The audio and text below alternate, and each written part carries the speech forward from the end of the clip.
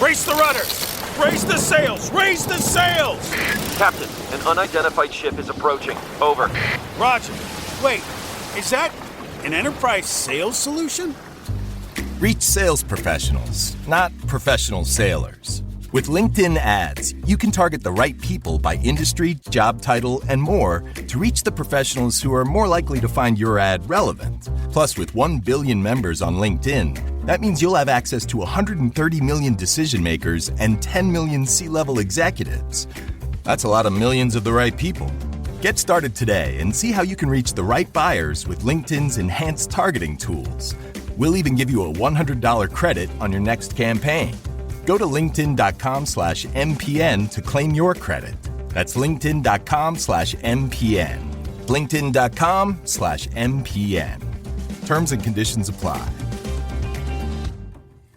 USAA knows dynamic duos can save the day, like superheroes and sidekicks or auto and home insurance. With USAA, you can bundle your auto and home and save up to 10%.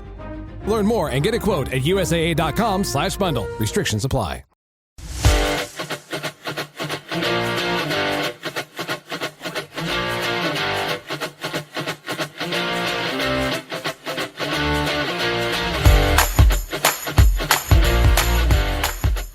Welcome to Storylines Live, the only podcast that explores the power and the meaning of the most important story in business. The one that answers why somebody would buy from you, work for you, invest in you, or partner with you. This is the story that defines the very character and nature of an organization. At WordWrite, we call this your capital S story. In each episode of Storylines Live, we feature guests who have great insights on business storytelling, who can share their experiences and key learnings to help you and your organization do a better job of sharing your capital S story to drive remarkable results. In this episode, we're honored to have Rene Morozowich as our guest. Rene has a fascinating story. I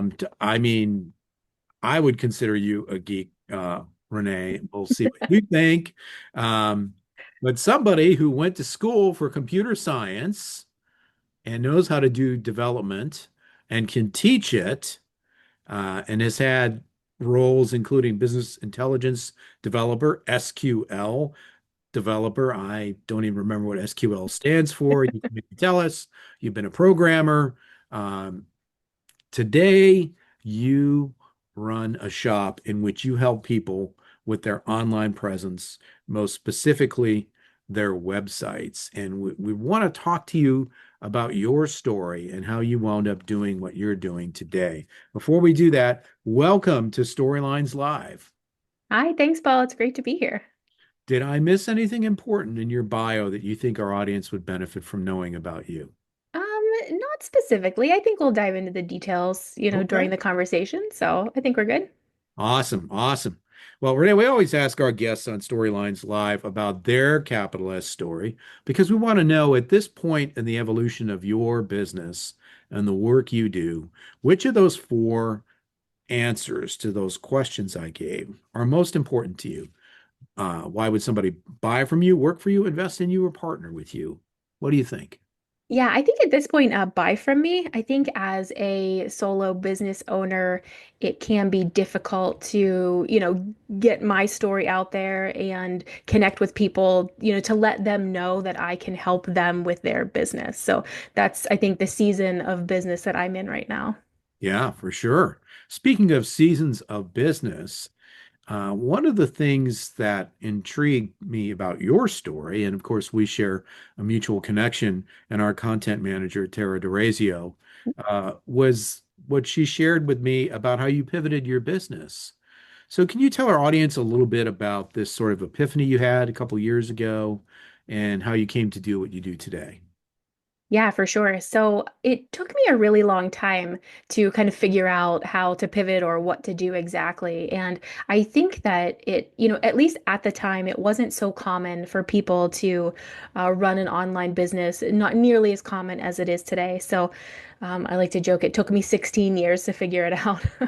I started, working for local companies here in Pittsburgh in 2001 and, worked for several companies for, a couple years here, a couple years there, and I really just I enjoyed the work, but I didn't always enjoy maybe the circumstances or the surroundings or things like that. And at one job in particular, I had some downtime. So I had more time to think about it and focus on it. And, I really love learning. I think that's important, to share learning also with my clients, which has helped me be successful. And I took a class online, and, one thing kind of led to another. And also from Tara's help too, because she had been freelancing for, years before that too. Yes. And, this path started to kind of slowly unfold before me, so I was curious, I was interested, and I kept taking steps in a certain direction, not knowing really that that's where I was going to end up.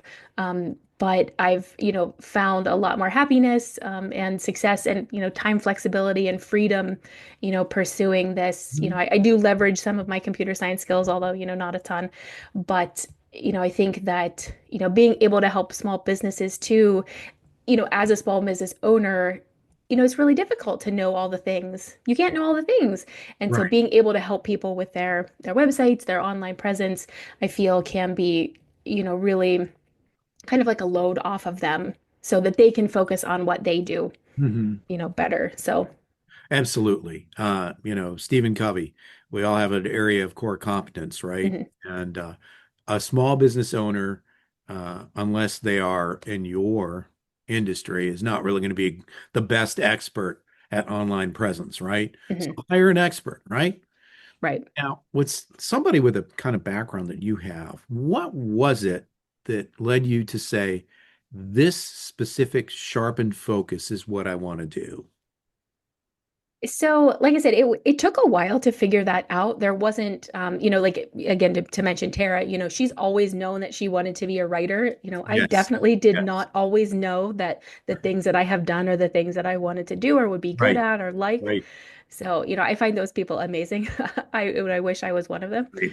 Um, so it was I knew that I wasn't going to be able to do like a complete 180. I knew that I wasn't going to go from being a programmer, software developer, intelligence developer, whatever I was doing, to being a massage therapist or a nurse, or, I wasn't going to be able to do that. So Right. I needed something that was close to what I was doing, but different enough that it was interesting to learn Mhm. and that I would be able to do it in a different context, right? So I wouldn't have to go to any specific place, at 9 o'clock and sit there until 5 o'clock. Like, I knew I needed some different, like I said, circumstances, around the job. So, just by looking a little bit and kind of, you know, seeing what was out there Mhm. and what piqued my interest and what was close enough to what I was doing that I wouldn't feel so uncomfortable, like I said, doing a complete 180. Sure. Sure. Okay. So how does that personal story of yours help you in your day-to-day business with your clients?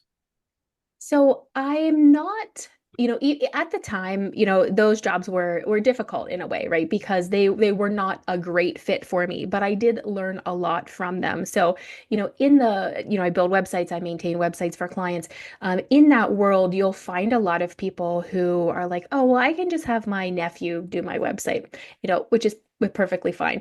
But because I've come from this background and because I've been doing this for a while, it's like the plumber who can come and fix the complicated looking thing in 5 minutes Right. because they've been doing it for a long time. So, based on what I've been doing, I've built up this sort of like body of knowledge. I have really excellent troubleshooting skills. Um, I don't know if you remember, there was I don't know if it was Sesame Street or Mr. Rogers. It was one of these things is not like the other. Like that is Yes. my Yes. very core, like I can, okay, this one is right. And that's super helpful in a technology space where you are trying to figure out, okay, why was this working? Why is this no longer working? Or what do we need to do to fix this? So just using those skills, and it was just kind of like a path, like I said, like over time, kind of, each thing I didn't really know where I was going to get to, and honestly, I don't know where I'm going to be 10 years, 20 years from now either, None because of us do. technology changes Right. so Yeah. much. but I've kind of gathered these things with me, these tools in my toolbox, and I have a pretty good toolbox. And some of it's been mistakes, right? So clients that I've taken that I haven't done things, correctly or as best as I could, and I try to learn from those and, kind of come, at the okay, next time I'm going to do this differently, and that's been helpful too. That's great. Now, obviously, when you agreed to be on this podcast, you knew it was about storytelling. Another question we always ask our guests, we have our specific take on storytelling, and if you're watching this, you can see my book behind me. What's your take on storytelling? I found not even so much related to business, but I can definitely see in my personal life that storytelling is so important, and bringing concepts down to where I am versus where another expert is, right? So, a lot of times in our industries, we've been in it a long time. We're throwing out acronyms and all the things, and we're just like boom, boom, boom. This is what we have to do. But like, you really need to connect with people first, Yeah. and then meet them on their level. Yeah. And then kind of take the, guide them along to, whatever service you're offering. So I think it's so important for that initial connection. We have so many, it's such an information age, so many people and so many things, and you really have to be able to kind of filter through that. And I think storytelling is the way to do that. So the way to connect with someone, and then you get to know and like and trust them, and, then engage their services or whatever it is. That is so true. And for the audience, we had Natalie Doyle Oldfield on a recent episode, and we talked about trust. And that is the path that you hear it over and over again in business. They have to know you, they have to like you, and they have to trust you. And for sure, your online presence, I think today especially, is a big part of that, right? So, Rene, a question for you. A good friend of mine, and this may change with AI, but he always says that Google can't see pretty, right? So I don't want to for a second diminish the importance of the technical aspects of having a great online presence. And I'm sure you could talk for hours about how simple things like H1 tags, et cetera, keywords can make a huge difference. And maybe we'll get into that a little bit later. But in your view, where does the content, the story of the website fall? When I speak frequently on storytelling, I say about the digital presence, and this statistic may be old, that Google says that people will stay on a business homepage for about 3 seconds. And if they don't like it, they're out. And, I will tell people when I speak that this is why you got to start to tell your story right away. What's your take on that? Yeah, so I will agree that Google can't see pretty. However, Google looks at what people are doing. So when you go to a website, it is the content. Yes, like, does this make sense? Is it easy to read? Do I understand what they're doing? I see so many people lately, with these elevator pitches, these mission statements, Uber pitch, whatever it is, where like, I don't know what that means. What are these words? I understand the words you're using, but I don't understand them in that concept. So, or in that sort of framework that you're putting them in. So, I do think that it's, design is important, but really that content, if I don't like what you're saying or I can't easily digest it, yeah, I'm moving on. We just don't have time, I think, or the attention spans, to really try to figure out what people are trying to tell us. There's no doubt about that, Rene. We've got a tsunami of information these days. And one of the things we believe at our firm is that it's really important to be crystal clear in your story and start to share it right away in your online presence. And folks, we're going to dig into that when we come back right after this quick break.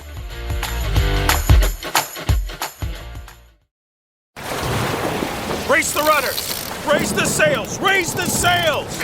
Captain, an unidentified ship is approaching. Over. Roger.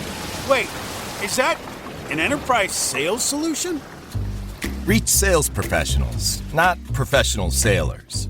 With LinkedIn ads, you can target the right people by industry, job title, and more to reach the professionals who are more likely to find your ad relevant. Plus, with 1 billion members on LinkedIn, That means you'll have access to 130 million decision makers and 10 million C-level executives.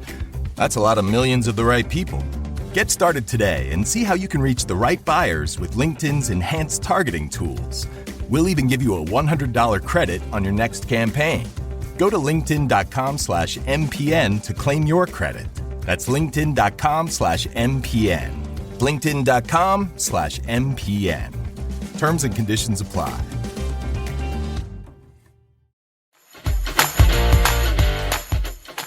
Folks, welcome back to this episode of Storylines Live, where we have Rene Morozowich, sorry, Rene, here. She's an expert in developing your online presence, especially websites. Rene, we want to really talk about how you help your clients. Can you give our audience kind of a sense of what you feel is your greatest value in working with your clients?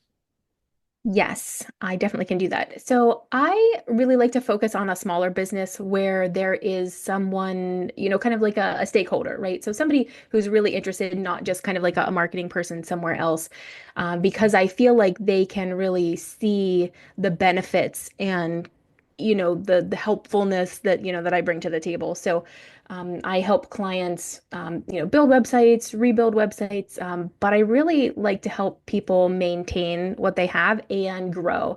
So I don't like whenever people feel overwhelmed.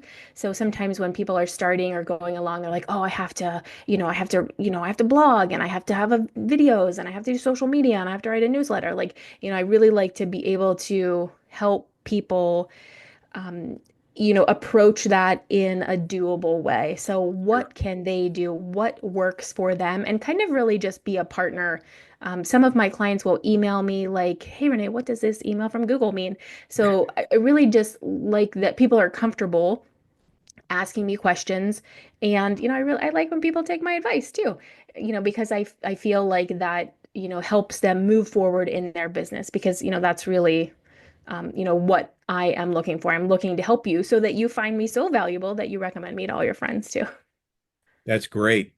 Now, how does that make you different from all of those other people out there who compete against you and claim to do the same thing? Yeah, so I think that, a lot of us do similar things, right? So some people work with a bigger company or they have people on their team who do all, different things, right? So they have an SEO person or whatever. And I think those are, like an agency. So I think those can be great fits for some companies, but I think, a slightly smaller company, is really where, there's a great opportunity for us to work together.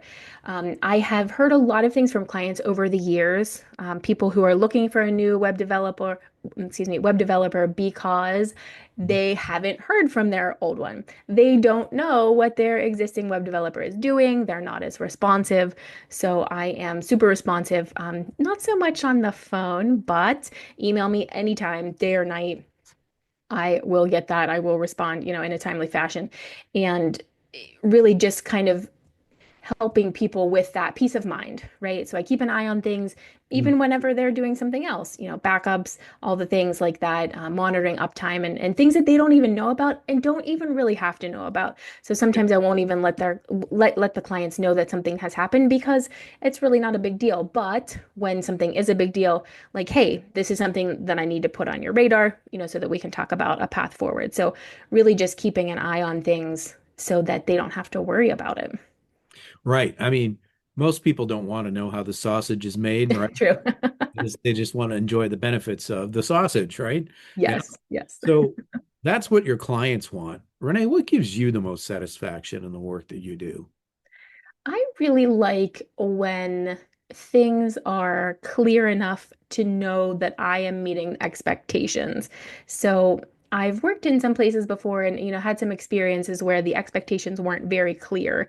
Mhm. And I struggle with a situation like that because I don't want to bring you something that you're not going to be happy with. So that's why I feel like technology is a great fit for me because it's not so much like how does it look, it's how does it work? Mhm. Does it do the thing that it's supposed to do? And I feel like whenever you task me with something, hey Renee, I want to, have an automatic email go out when I publish a new blog post. It's very clear when I have done that. And as I have met your expectations, you are then a happy client and you are ready for the next project. You're, like I said, ready to recommend me to someone else. It is, it's clear for me. And I like that quite a bit. I really struggle whenever expectations are not clear. I think I know what you might want. I do something and then you're like, oh, that's not really what I wanted.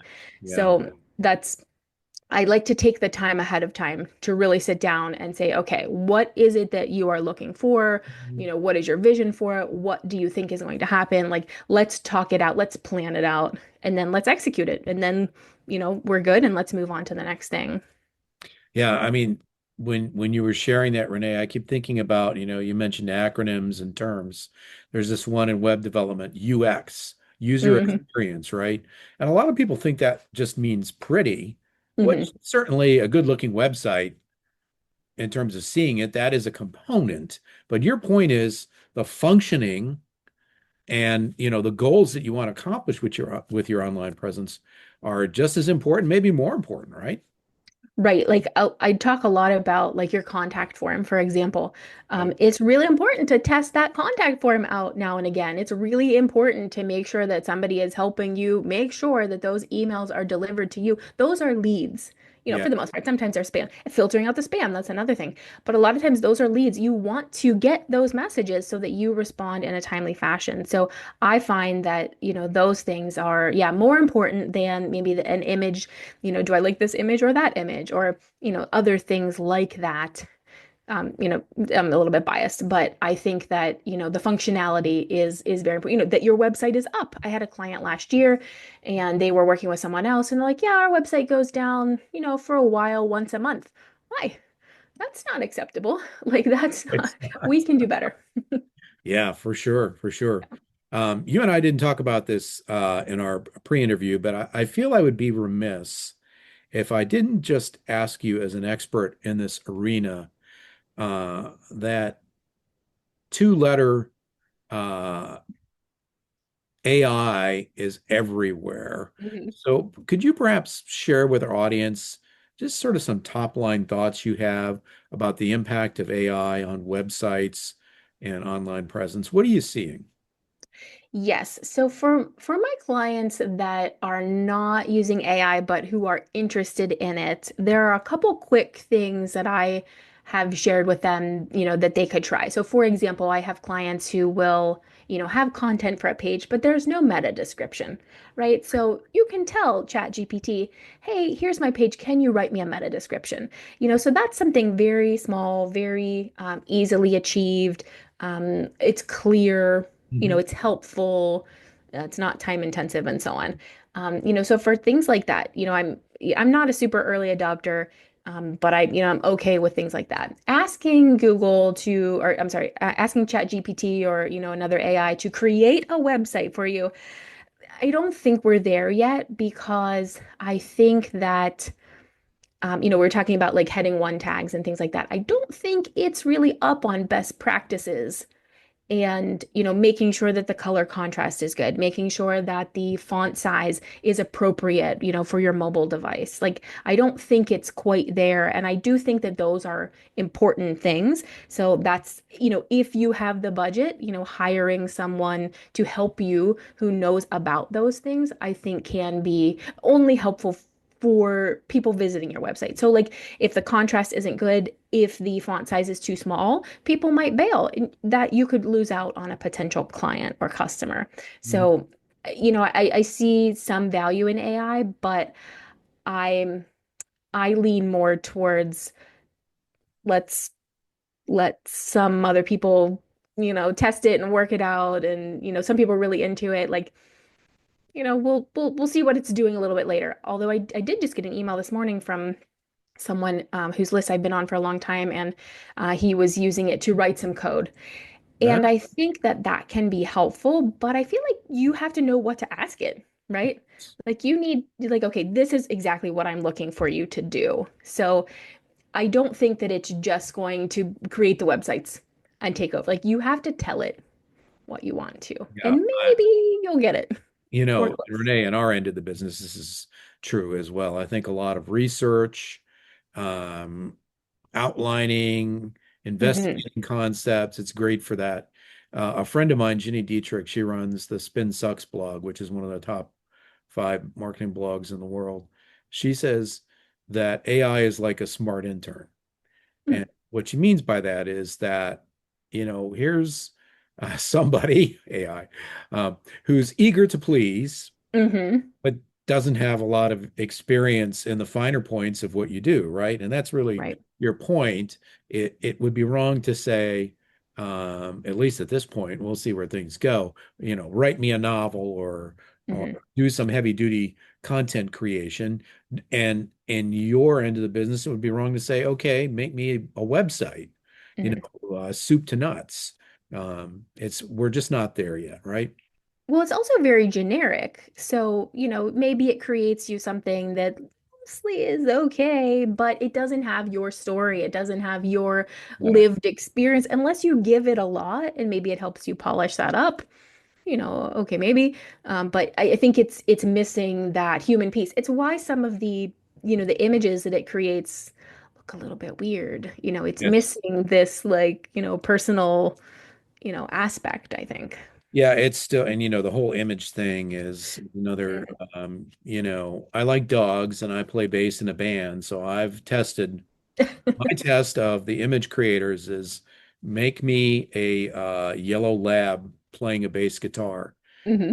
You know, the some of them are kind of okay, but it's like a bass guitar has 4 strings, and I'll get back this beautiful image with 3 strings, or Yes. not Yes. enough tuning pegs, or there's Yes. something wrong with the dog, or Yeah. it's not there yet. So, but it's Yeah. intriguing, right?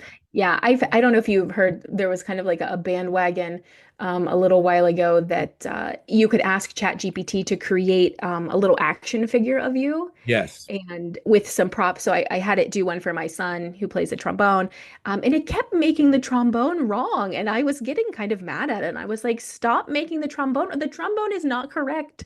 Like, so yes, I feel a little Yeah, I frustrated had that the it's, same problem. I'd yeah. say, okay, they gave me the Labrador Retriever playing the bass, and in the back there was a drummer, and I said, "Great, just remove the drummer." So the next Mhm. image I got was a drummer and no bass guitar. Yes, Yeah, yes. And you have to very specifically say keep everything else the same. So it's yeah, it's not as like breezy, I think, as people are making it out to be that's right. either. So, folks, don't use AI to make your website. Reach out Yes. to Renee. Yes. Speaking of which, Renee, how can our audience find you? Yeah, so I am online, and you can put this in the show notes. It's renemorozowich.com so people can see it. And on some of the socials too, LinkedIn, I would say would probably be a good one.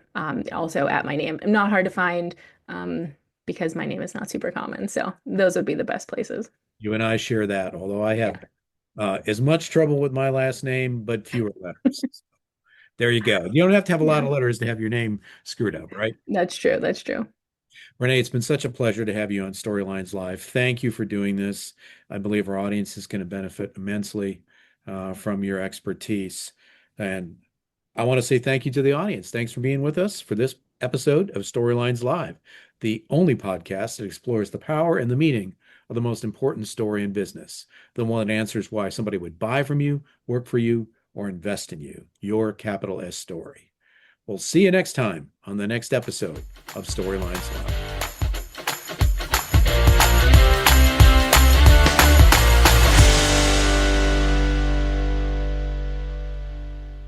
You may know you're listening to this show along the Marketing Podcast Network, but did you know there are other great shows on MPN to help your business? Hennika Watkins Porter hosts The Entrepreneurial You, empowering entrepreneurs with insights on leadership, business, and success. Hennika, tell listeners what to expect from your show. So we provide innovative business strategies and practical solutions to common entrepreneurial challenges. And where can people subscribe? Find us at hennikawatkisporter.com, as well as the Marketing Podcast Network at marketingpodcasts.net, or search for it wherever you get your podcasts. You heard her. Go subscribe. This podcast is heard along the Marketing Podcast Network. For more great marketing podcasts, visit marketingpodcasts.net.